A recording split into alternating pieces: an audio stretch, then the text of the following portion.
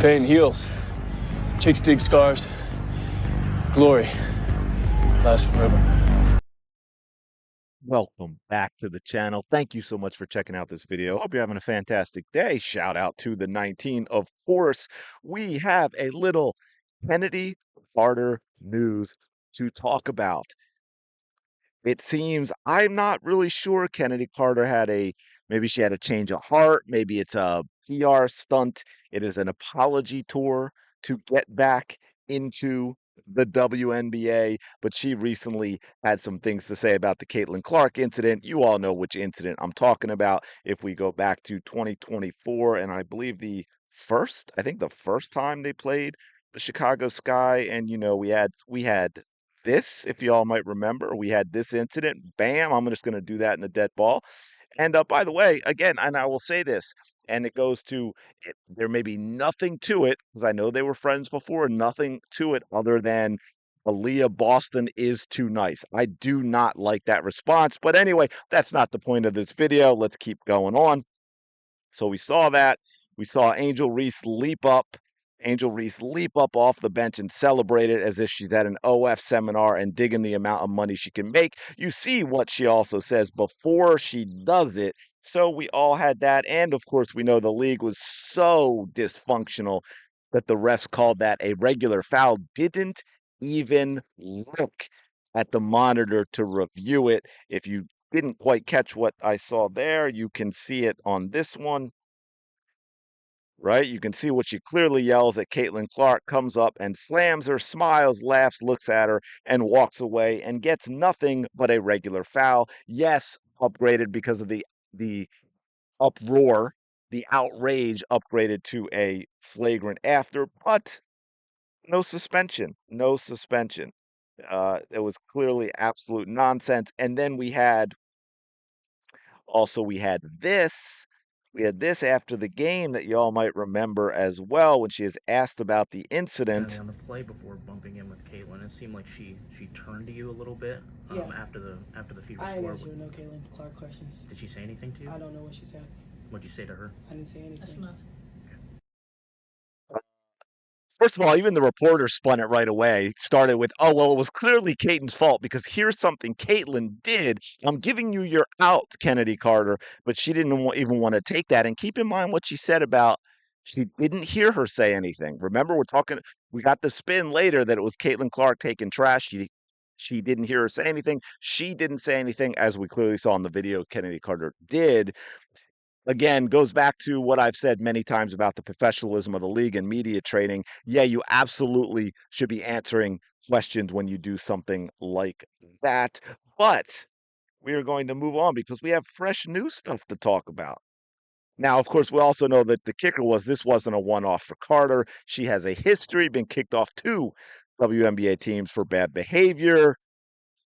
So then she tried to play victim card later, and things got a little interesting if you fast forward to the Chicago Sky's trip to DC not long after, and the team gets met by a guy with a camera outside their hotel. And suddenly, Carter and teammates are on social media crying foul, playing victim, claim he hurled the ist and the istic insults at them, blamed Caitlin Clark fans for that, right? Tweeting stuff like, all those hateful Caitlin Clark fans. Of course, they were using the R word. They're at it again. Dramatic hand wave sounds so terrible. Of course, then the video of the incident drops, and it's a total snooze fest. It is the best that the NBA would be like, "Oh, man, if this is all we ever got, this is like the greatest thing ever." Because it turns out the guy stayed respectfully away from Chennedy Carter, very respectful and polite in his questions. I think he even called her Miss Carter, if I remember. I did a video on it way back that you can go check out, right? Calmly asked her if she'd reached out to Caitlin to apologize for what she did. That was it. No slurs, no hate, just a very respectful question. By the way, you're a professional athlete. Chennedy Carter, you just did something really stupid. This is the least that you should expect. And then, of course, I believe it was Chicago Sky's GM. Correct me if I'm wrong. Maybe it was vice president or something like that. But later it said, admitted and said himself, there was no harassment on that. There was no harassment on that. So Kennedy, this is what the old media doesn't get either. The sports media, You can't just make stuff up and you're the only source, so people are going to buy it. You're going to get fact check now. You're going to get a rebuttal now. You are going to get the honest brokers with, hey, YouTube channels or maybe huge X accounts that are going to say, no, no, no, no, this isn't happening. Now, that whole stunt, of course, tanked Carter's credibility a little bit, wouldn't you say? And now, despite being one of the best shooting guards in the WNBA last season, and I stand by that, she is in my top 3 based on last season, okay? Based on last season, top 3. Kelsey Mitchell's in the top 3. So anyway, she's still unsigned. So here we are, April 2025. Chennedy Carter. Yeah, things sound a little different now. Popped on a video with streamer Neon trying to explain the moment with Caitlin Clark, and we are going to play a little of that for you and talk about it. If I can find out where it's. Oh, by the way, also there was this, right? You had Kennedy, who's the one that did this, and after she's like, I ain't answering no Caitlin Clark questions. Here's Caitlin Clark after the fact. I want to play this, and then we'll get to Chennedy Carter's recent comments. Now that foul was upgraded to a flagrant foul, if you think Chennedy Carter owes you an apology, a public apology of some sort after what happened? No. I mean, basketball is competitive. I get it. Sometimes your emotions get the best of you. Happened to me multiple times throughout the course of my career. People are competitive. It is what it is. And she's having a tremendous season. She's played great basketball in my eyes, probably in first place for 6th player of the year. She's been great off the bench for them. I think she had 25 here last night and really helped them win the game. So no, and that's just not where my focus is. That's not what I think about on a day-to-day basis. I think about my team. I think about ways that I can get better. It's just basketball at the end of the day.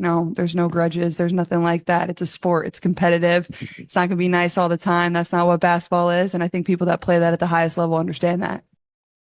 Wow. Could you imagine? I know if you've been here a while and supporting first, thank you. But also, could you imagine? Because I talked about how much these players, how unlikable so many of them are, and how many of them need media training. Could you imagine if this is how they all acted?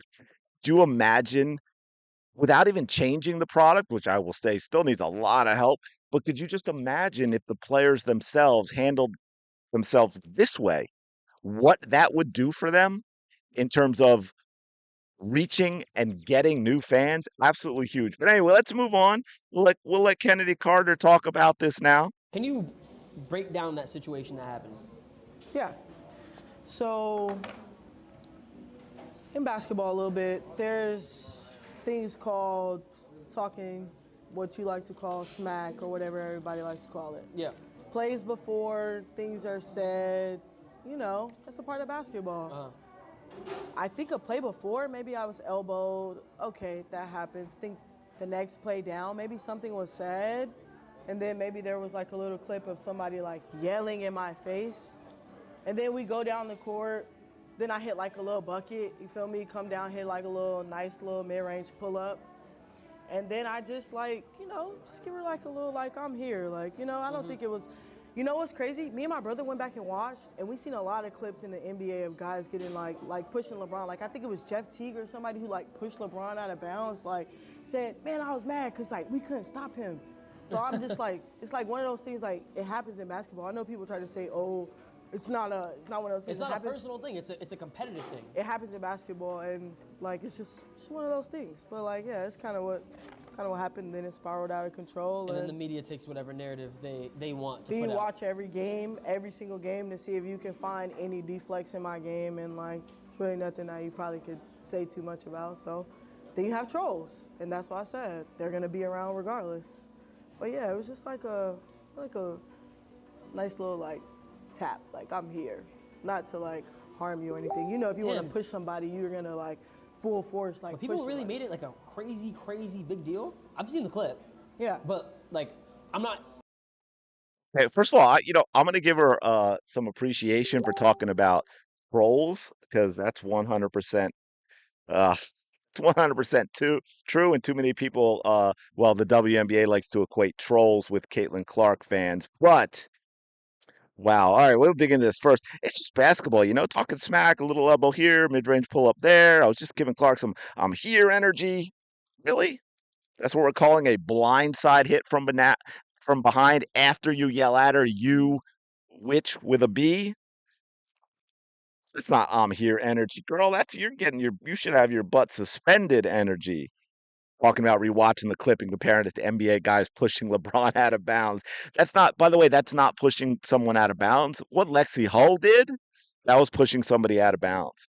It's just a game. I'm a great player. She's a great player. No harm meant. Yeah, I'm not buying it. By the way, go back to that clip about not taking Caitlin Clark questions where she said Caitlin didn't say anything to her. Now in here, she's alluding to, oh, well, Caitlin elbowed me, and then Caitlin said stuff to me, and then Caitlin said more stuff to me. And then she drops the gem about, they think I hate it. I love it. I love the hate. You cannot have it both ways. Either you're sorry or you're driving on the drama. A lot of fans not buying it either. One commenter said she changed her tune because no team wants to sign her. Suddenly, Miss No Caitlin Clark questions is Miss Let's talk it out and share a hug. Convenient timing. Well, look, here's the thing. Here's where I'm gonna say, do I believe Carter's newfound humility? No. Feels like a PR spin to save her career. Downplaying a dirty play to make it seem like no big deal. As we said, Caitlin Clark handled the incident like a pro, saying it's competitive, these things happen. That is how you take the high road. Carter, like I said, took the low road, then tried to pave it over with excuses, right? I ain't answering no questions. Then we got the nonsense and lies about the media/stalker person in DC. Now, here's the thing, though. Here's my hot take. Chennedy Carter absolutely should be in the WNBA. She's one of the best shooting guards out there.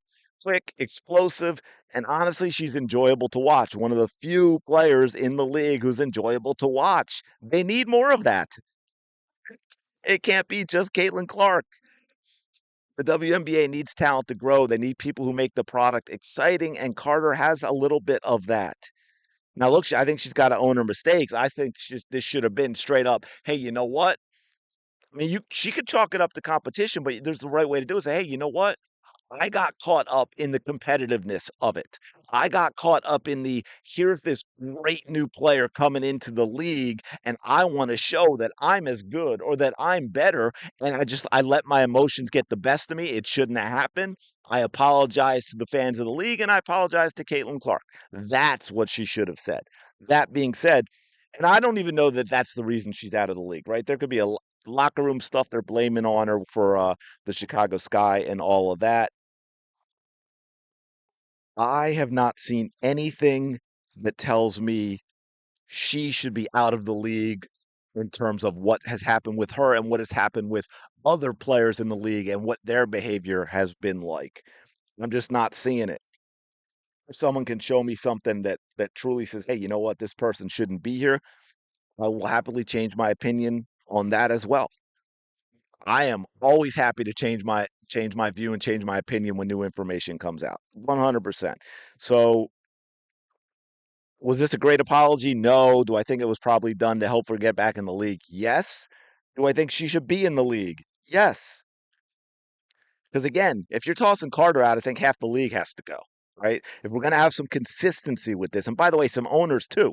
Miss Sheila, my husband, made me a billionaire. Johnson of the Washington Mystics. Renee, they not like us. Montgomery, they can get tossed too. The league needs an overhaul. I almost said enema.